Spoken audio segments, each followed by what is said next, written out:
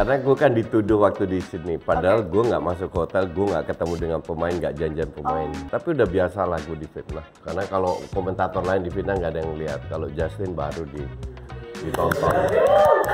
Saudi nggak kalah, bisa seri, bisa menang lawan Bahrain, kita lolos, fix.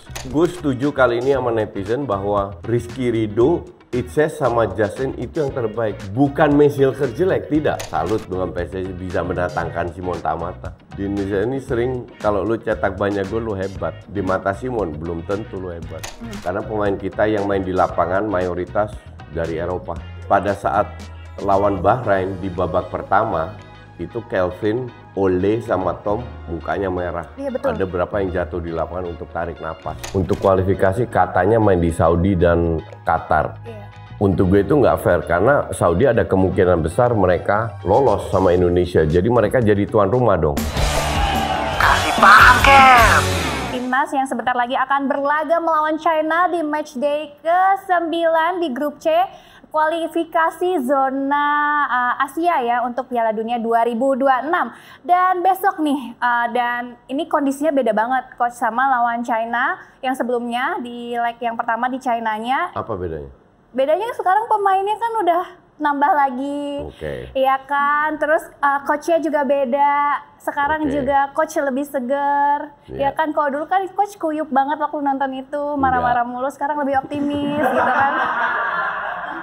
Iya dong, iya gitu. Nah kalau coach ngelihatnya ini kondisinya benar-benar beda banget, kansnya seperti apa, dan juga kita pasti nggak akan ada individual error lagi. Udah ada persiapan lebih panjang juga. TC-nya gimana coach? Individual error itu selalu bisa terjadi. Ini sepak bola bukan matematika. Satu. Kedua, kita lebih siap, iya. Persiapannya lebih lama. Terus pemain, walaupun ada beberapa pemain nggak main, tapi secara overall porosnya di tengah itu fit semua. Dan pemain-pemain yang diseleksi sama Patrick Kluivert itu memiliki kualitas yang berbeda, very diverse, sehingga Patrick Kluivert bisa menerapkan beberapa strategi yang berbeda dengan pemain-pemain yang ada. Jadi ya benar, kamu tadi bilang, so far so good, persiapan oke, sampai hari ini H-1, nggak ada berita yang aneh-aneh, nggak ada yang cedera, nggak ada gosip, nggak ada influencer masuk hotel. Jadi aman-aman aja semua. Oke, video influencer masuk hotel akan kita tampilkan di sini. Karena gue kan dituduh waktu di Sydney, padahal gue nggak masuk hotel, gue nggak ketemu dengan pemain, nggak janjian pemain, hanya dengan Pak Sumadi. Tapi udah biasa lah gue difitnah, biar dapat engagement media-media itu. Karena kalau komentator lain difitnah nggak ada yang lihat. Kalau Justin baru ditonton. Coach mau minum dulu biar nggak degradasi. Enggak. Itu risiko. Kesal. Oke. Coach, sekarang kan persentase. Biasa Coach suka banget ngomongin persentase kemenangan kita. Enggak Terus suka. biasanya salah. Enggak. Kamu jangan kayak netizen melintir kiri kanan kamu. Oke, kalau Coach ngelihatnya seoptimis apa sih? Karena Saiwornya dari coach sebelah kan. Ini kita datengin 11 pemain penyerang kalau perlu untuk lawan Indonesia. Saiwor itu biasa. Gue sebagai mantan pelatih, gue lakukan hal yang sama. Kalau gue lebih suka muji-muji lawan. Wah, ini tim hebat, habis itu kita bantai kan. Tim hebat gitu. Tapi itu hal yang biasa. Dilakukan oleh China, dan Patrick Kluivert pasti juga memuji-muji China, lihat aja. Tapi ya enggak lah. Kalau media Cina bilang squad Indonesia terlalu arogan atau apa, ya itu hak mereka. Media kan gitu, kalau nggak ada yang ditulis mereka ngarang biar ada tulisan tiap hari. Enggak loh, nggak ngarang. Ini katanya siapa yang bilang? Ini kan arogan, itu kan kesimpulan yang mereka ambil berdasarkan observasi mereka. Pertanyaan gue ke dalam observasi mana yang membuat kita arogan? Nggak ada. Pemain kita nggak ada yang arogan. Senyum-senyum, diminta interview atau apa. Based on what? Nggak ada dasarnya. Mungkin mereka merasa tertekan kali ya di laga yang pertama. I think so. Gue rasa mereka Siapa pemain kita? Pemain mereka tertekan sama kita kan mereka cuma Nggak, dapat kesempatan sedikit kan. Mereka itu buat berada nyerang. di rank paling bawah. Ya. Dan China harus 2 kali menang untuk membuka peluang lolos. Itu pun belum tentu lolos kalau mereka 2 kali menang, tergantung skor lainnya. Kita kalau menang lawan China, Saudi nggak kalah. Bisa seri, bisa menang lawan Bahrain, kita lolos, fix. Amin. Ya, amin. Masih bisa lah ya. Kita Bisa, round bisa ke banget, selanjutnya. bukan masih bisa. Nasib itu di tangan pemain sendiri. Karena mereka harus bermain di lapangan. Mereka harus menunjukkan. Pelatih bertanggung jawab, iya. Tapi mereka harus fight. Didukung oleh fans Legrande yang luar biasa. Ya. Motivasinya dengan koreografi dan lain-lainnya. Harusnya lebih semangat, enjoy the game. Jangan masuk dengan beban. Iya, setuju. Tapi enjoy aja, nikmati. Kualitas kalian di atas kualitas China. Betul. Cuman untuk bisa mentransformasi dari kualitas para pemain ke kemenangan, itu different cake. Itu cerita yang berbeda. Itu butuh lebih banyak lagi. Tapi kita memiliki segalanya. Jadi nasib kita udah di tangan dan pemain tahu bahwa laga ini sangat krusial. Walaupun kalau seandainya kita seri masih ada sedikit peluang. Tergantung lawan Jepang. Kalau Jepang kan bisa dibilang calculated loss. Di kandang aja kalah 4-0 dengan main bertahan. Ya kan? Jadi ini harus 3 poin buat kita. Iya, betul. Apakah bisa? Ya, gue bilang 60-70% bisa menang. Iya, kalau ngelihat Coach Patrick sendiri kan dari laga lawan Australia yang persiapannya harinya sedikit sampai dengan lawan Bahrain, itu kan coachnya juga belajar banget gitu. Betul. Pastinya yang Semua ini, coach belajar. Iya. Kayak Enrique, orang bilang Enrique waktu di Barca nggak main kayak gini waktu di PSG. Tapi kan dia belajar, dia berkembang. Mempelajari pemainnya satu-satu. Iya. Nah, kalau coach sendiri apalagi kan tadi bilang kepercayaan diri pemain juga penting banget, apalagi disupport sama magisnya GBK yang kita jarang kalah di situ kecuali lawan Jepang ya coach ya. Nah, tapi kan gawang kita yang jaga bukan Martin Paes nih ya kan, Emil Audero yang secara statistik pasti ya Gua selevel gue bilang. selevel ya. Iya, selevel. Nah, itu gimana coach secara mentality yang coach baca dari seorang Emil Audero nantinya? Nggak ada masalah. Ini kita bicara pemain senior yang sudah bermain di Juve, Inter, walaupun cadangan di Como, tapi dia bermain di Serie B, pemain inti. Gue nggak ngelihat jauh gapnya nggak besar lah antara Martin dan Emil. Itu nggak masalah. Oke, dan juga di antaranya ada pemain-pemain yang tidak bisa main bersama atau masih absen. Ada Sonny Walsh di sana, ada Septian, ada Ragnar juga, ada Marcelino sama Eliano Reinders. Ini impact-nya apa atau sudah bisa tergantikan sama pemain yang masuk seperti ada Vano Nggak juga? terlalu banyak. Karena kalau kita lihat di Sandy Walsh, itu masih ada backup-nya. Sandy Walsh itu kan cadangan. Dia kan backup-nya Kevin Dix. Jadi masih ada Asnawi. Kalau Kevin Dix berharap fit, dia bisa main 90 menit. Septian digantiin Beckham. Urat Mangun sama Marcelino, kita punya Dean James, punya Lili Pali, Yance Jakob Sayuri, Egy. Ditambah Beckham sekarang menggantikan Septian. Jadi gue nggak melihat mereka di bawah Urat Mangun atau Marcelino. Dean James bisa bermain, Jakob Sayuri bisa karena dia punya speed. Jadi tergantung. Bahkan kemarin gue bikin video, gue bilang Patrick Kluivert ini bisa bermain dengan 3-4-3, 4-4-2 atau 4-2-3-1. Karena dia punya pemain yang bisa bermain dalam posisi itu. Jadi terserah dia mau main lebih ofensif, main 4-2-3-1, main setengah-setengah, lebih itu main 4-4-2 atau 3-4-3. Ofensif babak pertama, babak kedua, jadi banyak sekali pilihan. Gitu kan lebih banyak lagi ya. Tapi feeling gue sih dia nggak akan merubah sistem pas lawan Bahrain. Karena sistemnya udah berjalan, udah kompak, pemain-pemain juga oke. Sehingga feeling gue sih nggak dirubah. But you never know, kita nggak pernah tahu karena menjelang sana. Kalau seandainya kita kebobolan terlebih dahulu, sisa setengah jam mungkin dia akan lebih ofensif mainnya. Ya. Itu bisa. Jadi dalam 90 menit itu bukan bermain dengan satu sistem, bisa ada beberapa sistem, plan A, B, C. Dan itu semua sudah dijalankan, dilatih. Ya. Clifford dan kawan-kawan, bukan Clifford aja, Clifford dan Pastor, Lansat, itu sudah tahu apa yang harus mereka lakukan. Jadi gue optimis dengan match besok. Kalau menurut Coach sendiri ketika lawan China match up-nya lebih bagus seperti apa dari formasinya, line up-nya? Karena kan kalau lihat netizen back-nya di belakang siapa nih yang paling udah dapat chemistry-nya kan ya Hubner, Rido, ya kan sama Ijaz. Tapi kadang kan kadang harus masuk atau seperti apa kalau menurut Coach? Ya, ini pertanyaan bagus. Memang gue setuju kali ini sama netizen bahwa Rizky Ridho, Ijaz sama Justin itu yang terbaik. Bukan Mace Hilker jelek, tidak. Ya. Sama sekali enggak. Tapi dalam sepak bola itu lu butuh chemistry. Dan Rizky Ridho, Justin sama Ijaz udah lebih lama bermain daripada Mace Hilker yang baru beberapa pertandingan bermain. Oke. Nah, kita nggak bisa ambil risiko. Pertanyaan kedua kan, apakah Patrick Kluivert berani membangku cadangan Mace Hilker? Karena Mace Hilker itu pemain top di Belanda. Ya. Stopper yang top yang akan pindah ke klub lebih besar dari klub yang sekarang, Twente.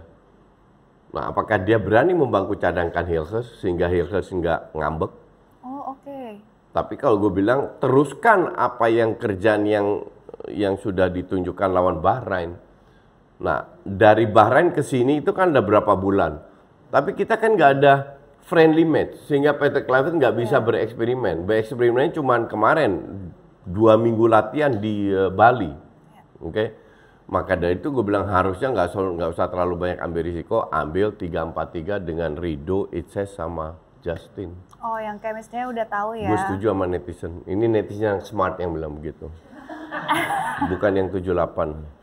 Oke, untuk di tengah apa kalau formasinya Coach apa? Oke. 3-4-3, 3-5-2. 3-4-3 seperti lawan Bahrain. Oke. Jadi lawan Bahrain kan Justin, Ijaz sama Ridho. Di tengah udah jelas, Kelvin di kiri, Dix di kanan. Tom Hai. Anchornya Tom Hai sama Joey Pelupesi. Nah, 3 di depan oleh Romani pasti main. Yang dipertanyakan ada 2 pemain di belakang oleh Romani. Itu siapa? Kalau gue prefer Jakob sama Dean James. Karena mereka punya speed, mereka masih muda. Tapi bisa juga pelatih punya pikiran, enggak, kita cari orang yang lebih berpengalaman. Lili Pali aja, atau Egy. Lili Pali masuk sebagai super sub. Kemewahan ini dimiliki oleh Patrick Kluivert untuk menaruh pemain sesuai dengan karakternya, kapasitasnya. Semoga berhasil apa yang diinginkan oleh Kluivert. Gitu. Oke, nah kalau untuk China sendiri, Coach ngebaca peta kekuatannya gimana? Karena ada top scorernya mereka yang absen ternyata. Ya, gue lihat gini, top scorer absen ini kan, ya gue nggak tahu dia udah main beberapa match, tapi realitanya adalah setelah 8 pertandingan, China berada di rank paling bawah. Jadi ini tim juga bukan Jepang atau Australia, jadi nggak hebat-hebat amat. Bahwa kemarin kita kalah itu karena dirombak timnya sama pelatih sebelumnya, ya kan?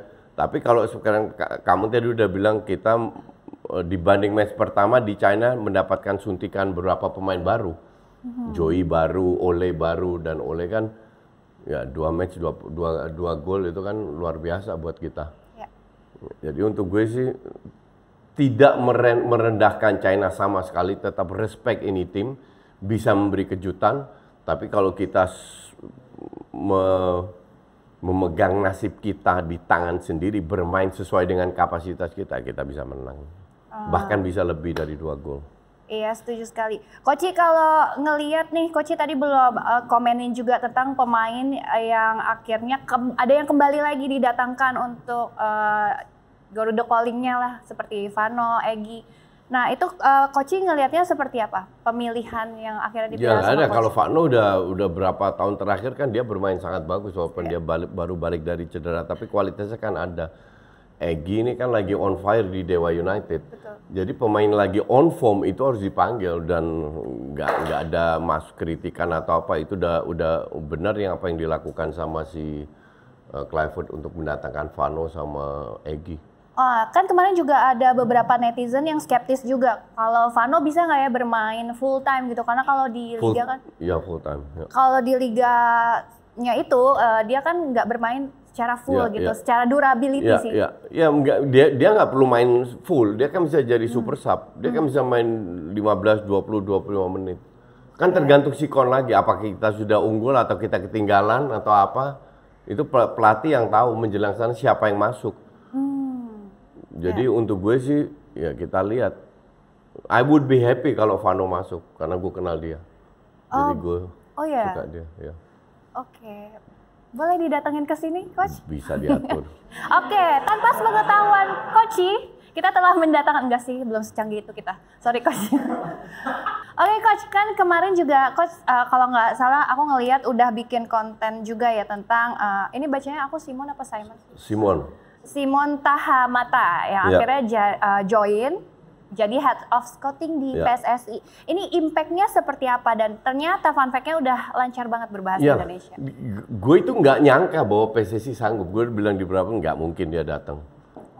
Karena background-nya dia. Tapi bahwa akhirnya tambah lama tambah dia lebih meluntur ideologisnya mungkin. Dan dia bisa diyakinkan oleh PSSI, itu hebatnya PSSI. Ya. Salut dengan PSSI bisa mendatangkan Simon Tahamata. Karena ya waktu gue umur 12 tahun dia sudah main di Ajax, gue nonton. Wah. Jadi dia ini sosok yang selalu gue follow. Makanya dari itu gue bilang nggak mungkin Simon Tahamata mau datang. Ternyata realitanya dia mau datang. Nah kalau dia bahasa Indonesia lebih bahasa Indonesia dengan aksen Ambon. Karena dia dibesarkan seperti itu di Belanda. Oke, ini impact-nya untuk scouting kita seperti apa nanti ke depannya, Coach? Ya nggak ada. Kalau sepak bola itu kan punya bahasa universal. Jadi kalau emang pemain bagus, mau dalam bahasa Zimbabwe pun tetap bagus ini pemain. Oh gitu. Kan ada kayak hambatan bahasa juga kadang. Enggak lah. Enggak, dia bisa mengekspresikan diri dalam bahasa Indonesia dengan aksen, tapi kita mengerti semua apa yang dia maksud. Apa salahnya? Enggak ada yang salah. Cuman yang jadi masalah mungkin untuk netizen pengen lihat hasil. Enggak, kalau kita bicara scouting itu jangka panjang.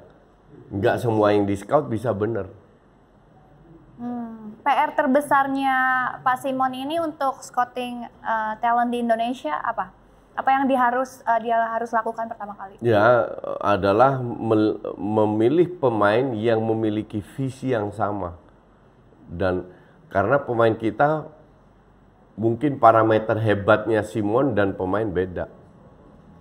Di Indonesia ini sering kalau lu cetak banyak gol lu hebat. Di mata Simon belum tentu lu hebat. Oh, oke. Ngerti nggak? Kan Jadi Coach sudah ini dari dulu melihat gitu, apa sih yang jadi taste-nya dia atau yang dilihat dari seorang pemain ya, bola? dia background-nya Ajax ya pemain yang bisa bermain dengan gaya Ajax. Terutama visi misi. Teknik dasarnya oke, 100 kali passing, 100 kali sampai contoh. Terus decision makingnya, terus positioningnya, fighting spiritnya, semualah. Intinya adalah visi bermain seperti apa. Itu akan menjadi PR buat Simon bahwa nggak gampang.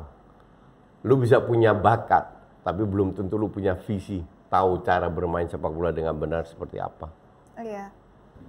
Contoh pemain Indonesia di timnas yang visinya udah paling bagus banget menurut Coach. Nggak paling bagus, yang bagus lah. Karena Iya. gue nggak nonton Liga 1 juga nggak bisa nilai. Tapi salah satu yang bagus adalah Kambuaya. Oke. Vano Wow. punya visi yang bagus. Oke. Gitu. Apakah ada pemain lebih bagus dari Kambuaya Vano? Iya mungkin ada di Liga 1. Bakatnya. Tapi soal visi pengalaman ya Kambuaya luar biasa ya gue bilang. Dia dengan lawan Bahrain bisa langsung menggantikan Tom. Yang mainnya dia tahu apa yang dia harus lakukan. Semoga dia bisa mempertahankan itu. Ya. Konsistensi is the key. Oke. Coach, ini ada faktor non teknis yang jadi pertanyaan kita semua juga. Ini jadwal permainan yang berubah, ini akan mempengaruhi performa atau sesuatu lain di dalam lapangan ketika bermain nggak sih? Ya ngaruh cuaca. Karena pemain kita yang main di lapangan mayoritas dari Eropa. Ya. Dan kalau Kartika perhatikan pasti enggak. Pada saat lawan Bahrain di babak pertama, itu Kelvin, Ole sama Tom mukanya merah. Iya, betul. Ada berapa yang jatuh di lapangan untuk tarik napas.